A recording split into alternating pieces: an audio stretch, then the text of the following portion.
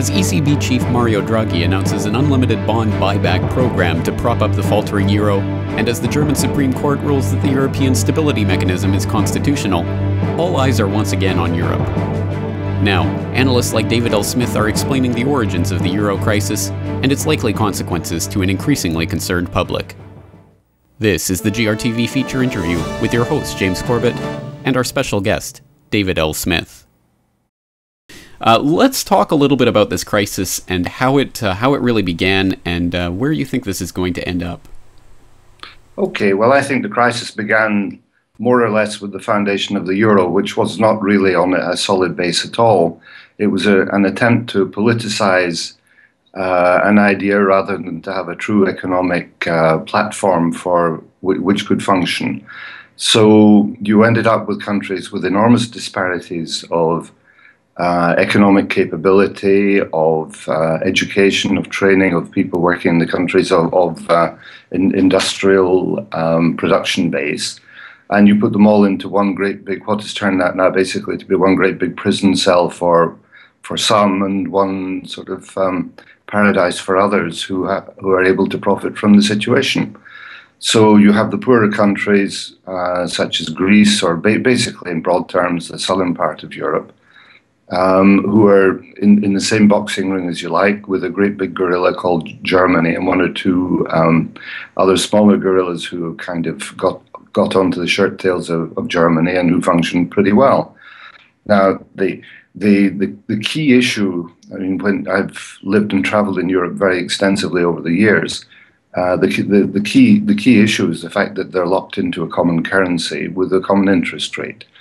Now, in the good old days, when you could go to Spain and buy things in pesetas and the interest rates in pesetas were 14 or 15%, the system was more or less self-correcting, because you wouldn't borrow money at 14 or 15% unless you had an extremely good reason for it. So it avoided situations of massive debt being built up, because the businesses that could have built it up just simply did not produce the cash flow to be able to pay the interest charges. Similarly, you know, if the country had a currency which was being devalued all the time, then to make it attractive, the interest rates, higher interest rates were quite good. And there was, at the beginning, to my mind, and I'm a subscriber to a Euro project to the extent that it remains a project which is based on creating open markets and freedom of movement of goods and services across the borders. But by trapping everyone into this one interest rate, one exchange rate system, it disadvantages the weaker countries enormously.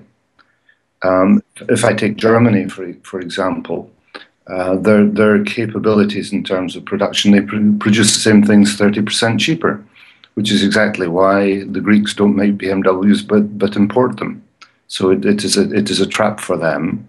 And as of the moment, although Germany is complaining bitterly about all the injustices of having to bail out other countries, the reality is that the other country's weakness creates a very low exchange rate for Germany, an excellent export market of captive countries to export to.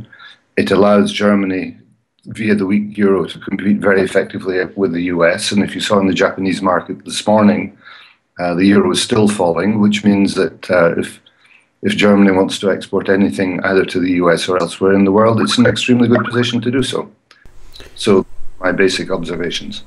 Well, as you say, I think it's something that's been hardwired into the currency in the way that this came together, the inherent faults of it. And unfortunately, what we've seen over the past several decades, really, even since the 1950s, as leaked documents from the second ever meeting of the Bilderberg Group in 1955 have indicated, really the hoi polloi, the hoity-toity of the European superstructure have always been really lusting after this idea of a single currency. As it starts collapsing down around them in this flaming mess that's leaving scarred, hulking burnouts like Greece and Spain in its wake, what do you think is going to be the likely reaction from this European political class that's been arguing for the euro for so long? Do you think they're just going to give up on the project, or are they going to try for some sort of deeper integration? I think that you're the answer is very definitely that the political elites and the financial elites are going to want total integration and total control. I mean, the most significant thing I've seen in the last few weeks is the clear statement that they want to have a European central bank. And Mrs. Lagarde at the IMF, who is very much European at heart, although she does show French signs once in a while, also wants exactly the same thing. You have one currency, everything integrated, one tax system, one central bank, and you basically produce for Europe all the problems that has been created by the Fed in America for America. Now that is a globalist dream, but it's certainly, to my view, not what is interesting for the individual countries, because they lose their sovereignty, they lose their ability to tax in their own way, to live in their own fashion, and they become part of one great big European animal farm. And that is, for me, with a kind of libertarian approach, not that I'm clearly politically libertarian, but with a respect for human beings and their dignity and their freedoms, I think this is a very, very bad thing. What is your take on the way that this Eurozone crisis has really fallen out into the austerity debate, with leaders lining up either to force austerity on, or to want to force austerity on the peoples of Greece, for example, or Spain, and those who are fighting against it, supposedly, like a Hollande, supposedly providing the anti-measures? Where do you position yourself in that debate, or do you think it's a false paradigm? Well, I think there's been a lot of talk about austerity in a number of countries so far. I mean, in the UK, austerity has been talked about for ages. I know it's not part of the Eurozone, the euro.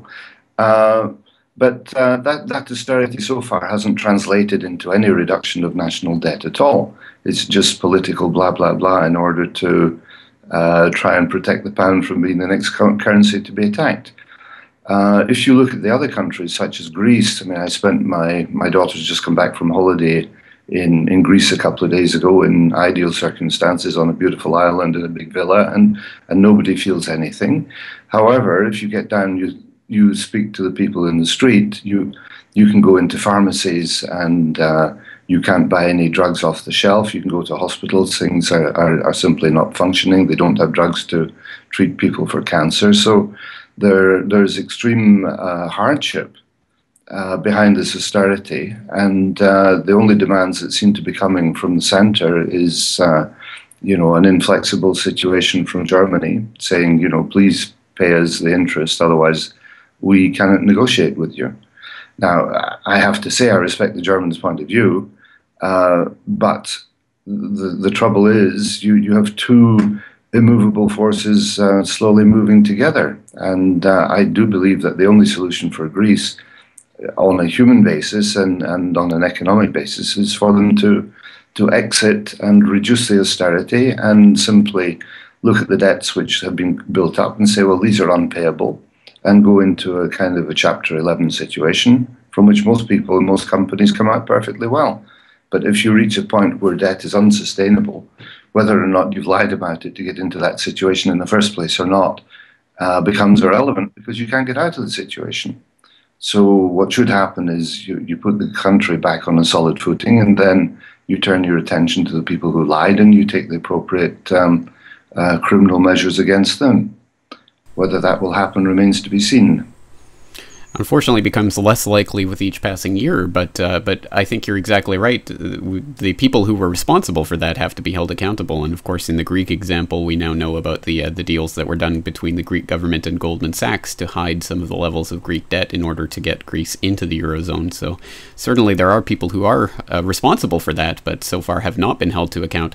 Well, the entire Eurozone crisis took on kind of a different inflection last year when some really remarkable events unfolded politically with the ousting of Papandreou in Greece and the parachuting in of people like Mario Monti in Italy, basically at the behest of the European political elite. These technocrats were put into these positions ostensibly to help matters, although it really hasn't seemed to have that effect so far. What can you say about the way that any pretense of democracy has already started to suffer in this struggle, and what does that say for how this is going to play out in the future? Well, I think both in Greece and in Italy so far, it has been a political coup, and one should call it for what it is. Now, once again, if that actually brings the wonderful desired results, then perhaps the end justifies the means. Personally, I don't believe that. I believe that you should not be doing such things. However, if you look, let's look at Italy for a moment. You can see Mr. Berlusconi and his bunga bunga days are temporarily over, but the reality is he's standing on the sidelines. He has stepped back and without too much fuss and given power to someone who's now completely trapped as well. And the reality is that the financial situation doesn't change because you change one guy sitting at the top. You can maybe get a little more transparency on that financial situation. But in my career, I've been several times in the role of running companies in severe difficulties, and it takes a long time to sort it out, and you need the cooperation of people to do it.